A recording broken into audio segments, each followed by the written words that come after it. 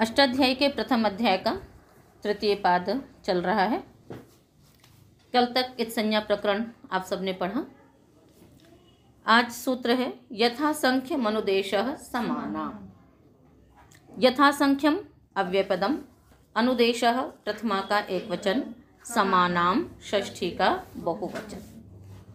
यथासंख्यम में समास करेंगे संख्याम अनतिक्रम्य इति यथासंख्यम। अव्यय विभक्ति समीप समृद्धि सूत्र से समास हो जाएगा। अव्यय भाव समास है ये कि संख्या का अतिक्रमण न करके, उल्लंघन न करके। अर्थ होगा सूत्र का समानाम अर्थात समसंख्यानाम, अनुदेशः अर्थात पश्चात कथनम, यथासंख्यम संख्याक्रमेणैव भवति। समानाम समसंख्यानाम, अनुदेशः पश्चात कथनम, यथासंख्यम संख्याक्रमेणैव भवति।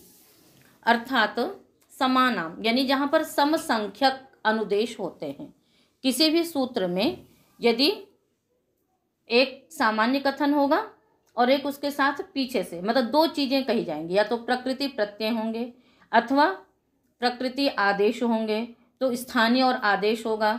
कोई भी इस प्रकार से होगा तो चाहे स्थानीय और आदेश, प्रकृति अथवा प्रत्यय, ठीक है।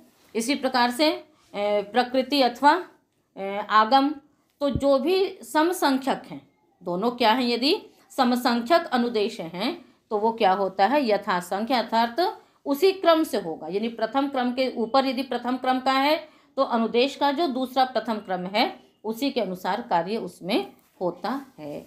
जैसे सामान्य रूप से आप देख लीजिए, इको यणचि सूत्र है तो इक में भी क्या है, चार हैं, और इक के स्थान पे यण आदेश होता है, ये भी चार हैं। तो ये समसंख्यक अनुदेश है ना। इकह ये स्थानीय और अनुदेश उसके स्थान पे यण आदेश होना, तो ये समसंख्यक अनुदेश है। तो इसमें यथाक्रम यानी संख्या का अतिक्रमण बिना किए ही होगा। अर्थात ई जो पहला है, स्थानीय के पहले के स्थान पे पहला आदेश होगा, दूसरे स्थानीय के स्थान पे दूसरा आदेश होगा, तीसरे क्रम वाले स्थानीय को तीसरे क्रम का आदेश होगा, चतुर्थ क्रम के स्थानीय को चतुर्थ क्रम वाला आदेश होगा। इसी प्रकार से एचो यवायावह है, एचह चार, आय अव आय आव चार, ये भी समसंख्या अनुदेश हैं। तो इनमें भी इसी प्रकार से यथाक्रम ही विधि होगी। तो ये तो स्थानीय और आदेश हो गए। इसी प्रकार से प्रकृति और प्रत्यय में देखिए, तूदी शलातुर वर्मति कूचवारात ढक छन ढय्यकः, ये सूत्र है। तो इसमें प्रकृतियां भी कितनी हैं आपके, चार, तूदी शलातुर वर्मति कूचवार इत्येतेभ्यः प्रातिपदिकेभ्यः शैषिकः ढक छन ढय यक। तब ये भी चार हैं। तो जहाँ समसंख्यक इस प्रकार का कथन होगा, अनुदेश होगा, वहाँ पर क्या होगा, यथासंख्य होगा। यानी प्रथम प्रकृति से प्रथम प्रत्यय, द्वितीय प्रकृति से द्वितीय प्रत्यय, तृतीय प्रकृति से तृतीय प्रत्यय, चतुर्थ प्रकृति से चतुर्थ प्रत्यय, इसी प्रकार से ही कार्य होता है। तो उदाहरण बना लेते हैं हम लोग। जैसे तूदी से तौदेयः, शलातुर से क्षण प्रत्यय करके शालातुरीयः, वर्मति से ढय प्रत्यय करके वार्मतेयः, और कूचवार प्रातिपदिक से यक प्रत्यय करके कौचवार्यः। इस प्रकार से ये चार उदाहरण इसके बनेंगे। तो तूदी शब्द रखा, ठीक है ना, और तूदी के स्थान पे क्या हो जाएगा, तूदी प्रातिपदिक है, चातुरार्थिक प्रत्यय कर लेंगे हम लोग, तो यहाँ पर प्रत्यय होगा ढक, ठीक है। तो तूदेः है ना, निवासः इति तौदेयः, तूदी में रहने वाला, तूदी प्रदेश का रहने वाला, तूदी निवासः अस्य, ऐसा भी विग्रह कर सकते हैं। तो तूदी सु आगे ढक, और यहाँ पर फिर सूत्र लग जाएगा आज नेयी नेय खड़ग छघाम प्रत्यया दीनाम। इस सूत्र में भी यथासंख्य अनुदेश समानाम सूत्र की प्रवृत्ति होगी, क्योंकि यहाँ पर भी स्थानीय और आदेश समसंख्य हैं। तो जब समसंख्य होगा तो यथासंख्य ही कार्य भी होगा। तो यहाँ पर प्रत्यय के अंग संबंधी प्रत्यय के आदि फ ढ ख छ घ इनके स्थान में क्रमशः आयन, एय, ईन, ईय, ईय ये आदेश होते हैं। तो यहाँ पर हमने क्या प्रत्यय किया है? ढक प्रत्यय किया, तो ढक के स्थान पे एय आदेश हो जाएगा। तो तूदी एय का कित संज्ञा की और अ इसमें मिल गया, तो तूदी एय रहा, कित होने से वृद्धि हो जाएगी। अंग संज्ञा पहले कर लेंगे। तद्धिते चामादेह किति च, तद्धिते किति प्रत्यय परतः अंगस्य चामादेह अचः स्थाने वृद्धिर्भवति। अंग के आदि अच को वृद्धि हुई, तो तू के स्थान पे ऊ को अवृद्धि होकर के तौदी एय। इसके पश्चात यजिभम से भासंज्ञा करेंगे, यस्य तिच से ये वर्ण का लोप करके तौद एय तौदेय कृत तस्मासाश्च से प्रातिपदिक संज्ञा कर लीजिए। उसके पश्चात स्वाद्युत्पत्ति करके तौदेय। ठीक है। इसी प्रकार से शलातुरे भवः इति शालातुरीयः। शलातुर ग्राम पंजाब का है ना। पंजाब में एक ग्राम है जिसका नाम है शलातुर, है ना। और कहते हैं वहीं पर महर्षि पाणिनि का जन्म वहीं पर माना जाता है। तो शालातुरीयः पाणिनि ही कहलाते हैं। तो शलातुरे भवः, शलातुरंगी आगे यहाँ पर क्या प्रत्यय कर रहे हैं हम लोग? क्षण प्रत्यय कर रहे हैं। क्षण के कित संज्ञा करेंगे और आयनीय फड़क घचघाम प्रत्यादि नाम, इसको लगाने से पहले अंग संज्ञा कर लेंगे और छ के स्थान पे ई आदेश करेंगे। शलातुर ईय और नित होने से वृद्धि हो जाएगी, शालातुर ईय। उसके पश्चात यचिभम यस्य तिच से अकालोप करके शालातुर ईय शालातुरीय, स्वाद्युत्पत्ति शालातुरीय। अगला शब्द है वार्मतेय। सभी में वही चातुरार्थिक प्रत्यय हो रहे हैं। तो वर्मति शब्द से हमने ढैम प्रत्यय किया, और जब प्रत्यय करेंगे तो कृत समासाष्ट से पहले प्रातिपदिक संज्ञा करना, फिर सुपो धातु प्रातिपदिक से अंतर्वर्तनी विभक्ति का लुक भी करेंगे।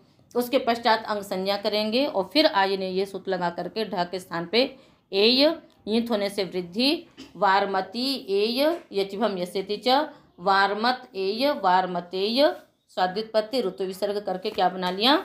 वार्मतेय, वर्मती नगर का रहने वाला। कूचवारे भवः इति कौचवार्यः अथवा कूचवारः निवासः अस्य इति कौचवार्यः, दोनों तरह से कर सकते हैं। तो यहाँ पर क्या कर लेंगे? कूचवार प्रातिपदिक से जग प्रत्यय करेंगे और उसके पश्चात वही का कित संज्ञा, यहाँ पर तो कोई आदेश नहीं होना है, कित होने से वृद्धि कर लेंगे कौचवार य। उसके पश्चात यचिभम यस्यति च से अकार का लोप करके कौचवार्य कौचवार्यः। ठीक है। तो इस प्रकार से ये सूत्र है। तो ये प्रकृति प्रत्यय का था। तो कहीं पर स्थानीय आदेश होगा, कहीं पर प्रकृति प्रत्यय होगा, कहीं पर प्रकृति और आगम होंगे, कहीं आदेश और आगम होंगे। तो इस प्रकार से कहीं पर धातुएं और आगम होंगे। तो जिस भी प्रकार से जहाँ पर भी होगा, यदि समसंख्यक अनुदेश कहे गए हैं तो वहाँ पर संख्या का अतिक्रमण बिना किए अर्थात यथासंख्य ही कार्य होता है। ये इस सूत्र ने आपको निर्देशित किया।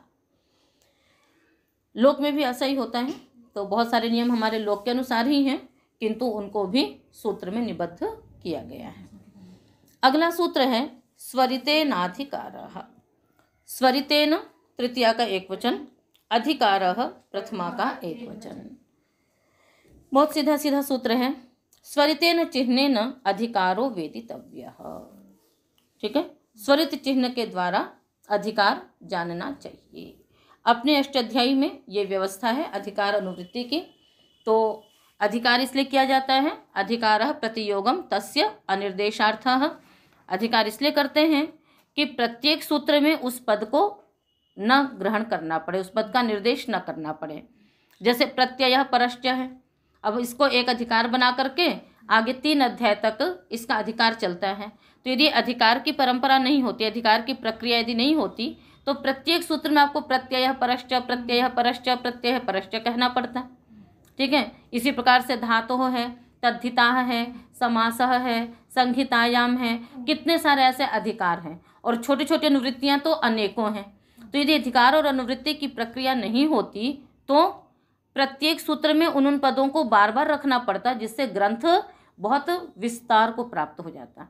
तो ये अधिकार अनुवृत्ति की प्रक्रिया इसमें है अष्टाध्यायी में।